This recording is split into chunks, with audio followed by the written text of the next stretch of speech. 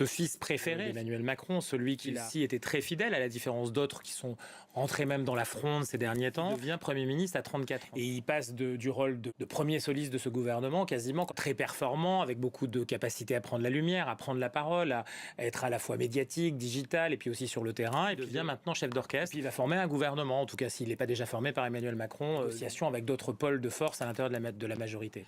Ce jeune homme qui était un peu ému quand même est très vite passé, parce qu'il est très véloce, on l'a senti dans l'action, déclaration quasiment de politique générale résumée, compactée pour devant l'hôtel de Matignon, et puis après je m'en vais maintenant travailler. Donc c'est un peu ce que recherchait Emmanuel Macron, j'imagine, avec en toile de fond, qui n'est pas dit là, l'agenda politique, l'agenda électoral, surtout celui qui dans 6 mois va réaliser la cotation politique de toutes les forces politiques de ce pays.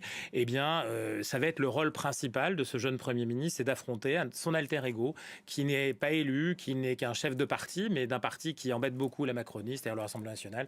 On parle de Jordan Bardella.